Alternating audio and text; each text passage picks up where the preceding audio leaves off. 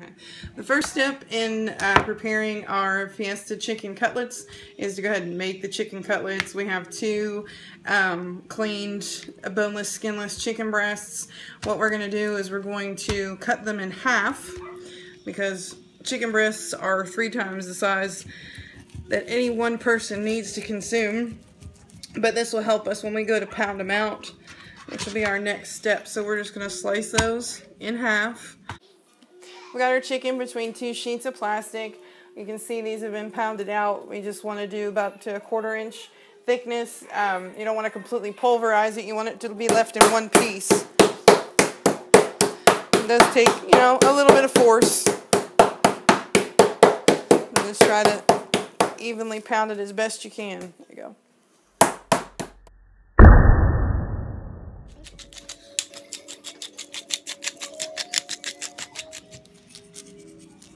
What we're getting ready to do is what's called the standard breading procedure. So what you're seeing is the ingredients that we're using. We're going to start over here. We've got flour, and there's about a half a package of taco seasoning mixed in there.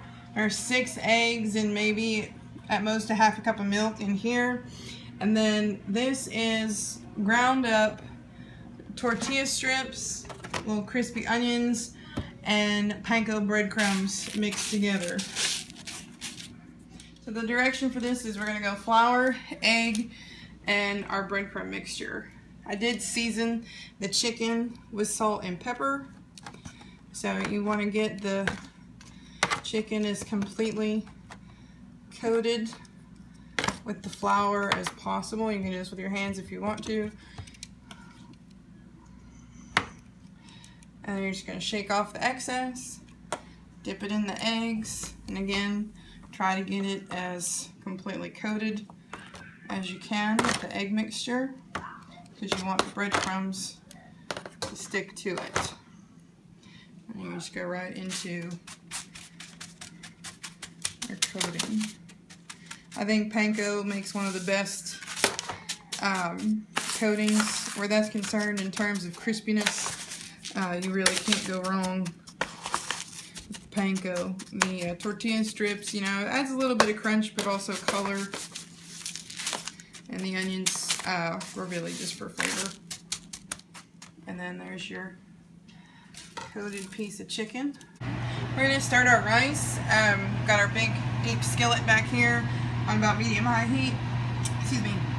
There's about 2 tablespoons of olive oil, 2 tablespoons of butter in there. And we're just going to toss our rice, 1 cup of rice, just long grain white rice. We're going to get it nice and coated, and we're going to saute it a little bit in the pan until the rice starts to probably turn a little bit white. Okay, you can see the rice is kind of turned white. It's almost starting to brown at this point, so we're going to add our water. So we're going to add 2 cups of water. It's 2 cups of water going in. We're going to add 1 can of just a mild enchilada sauce. This is store brand. Maybe whatever brand you like, whatever flavor you like best.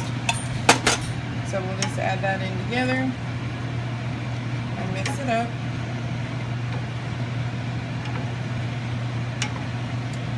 And then we're going to turn the heat down on this to about medium, maybe medium low.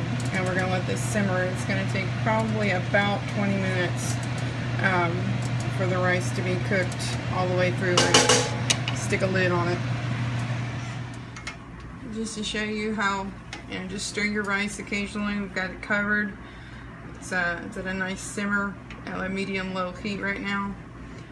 And all this liquid is gradually going to absorb into the rice and make a sauce. Like I said, it takes about 20 minutes, but just show you where we're at. We're just simmering away. And this is the pot for our queso sauce. We've got 2 tablespoons of melted butter in this pot. We're going to, 2 tablespoons. And we're going to add the same amount of flour. We're just going to make our roux. We've made roux before. So we're just going to cook our roux for a minute. And then we're going to add 2 tablespoons of milk to this. Again, we're using lactate milk. It's 2% lactate milk, so you could use 2% milk if you wanted, or whole milk, even heavy cream if you really wanted it to be rich. This is really, you know, up to you.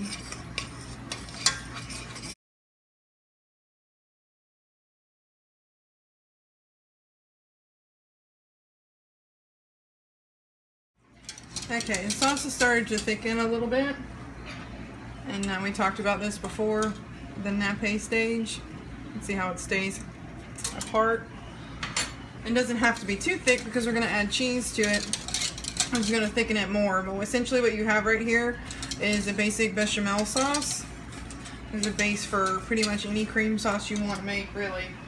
So to this we're going to add at least 2 cups of cheese.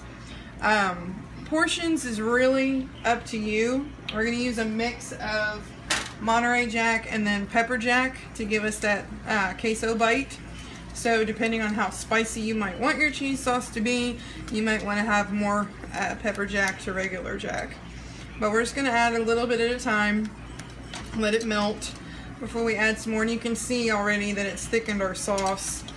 And what's the heat set at right now? So we right now it's a little over medium. I'm going to go ahead and turn it down, though, to about a kind of a low setting. You really don't need it to be very high to melt the cheese. And we don't want to break the sauce, so we're going to turn it down to low.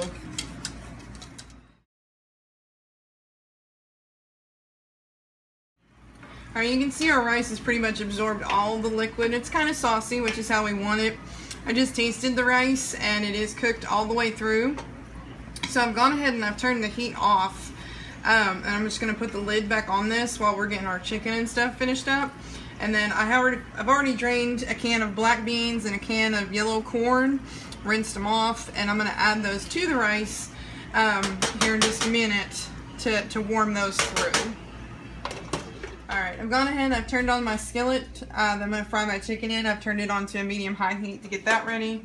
So I'm going to add the black beans and the corn. And we're just going to toss that all together.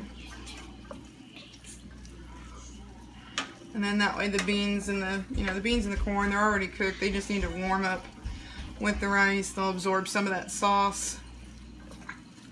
So put the lid back on that, leave it alone. Our cheese sauce is done. Like I said, probably in all about 2 cups of cheese.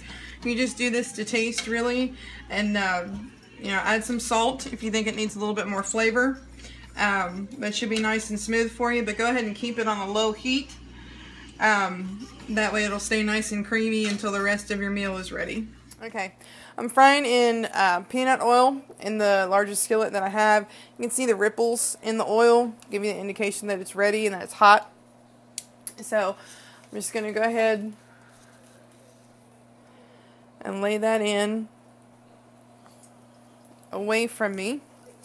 And we do want to hear that sizzle. I'm going to turn the heat up just a little bit. Where these are so thin, they're only going to take about 1 to 2 minutes on each side to cook. The quick cooking process, when we pound them out, it tenderizes them. Because it doesn't take so long to cook them, they don't dry out. So the chicken is nice and tender and juicy. Alright, it's been probably about 2, maybe 2.5 minutes. On this side you can see it's browning around the edges. So we're going to go ahead and flip it over. I'll let it finish cooking about 1 to 2 minutes on this side until it's nice and golden brown, and then it'll be done.